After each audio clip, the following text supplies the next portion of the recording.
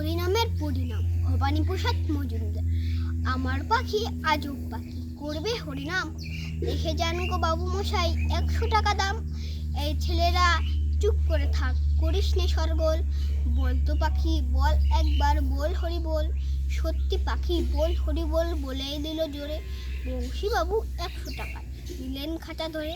বাড়ি ফিরে সবাইকে জড়ো করলেন ডেকে, 50 লোকের মাঝে বললেন জোরে হেঁকে, এই যে পাখি দেখছো সবাই মথুরায়ের ধাম, এই পাখিটাই করবে কেমন, করবে হরিনাম।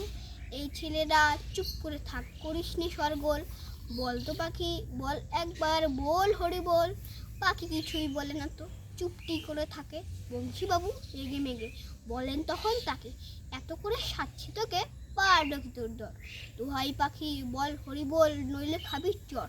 বললে পাখি চুপ করে থাক, এখন আমি শুই, বল হরি বল বলবো পরে, মরবি যখন তুই।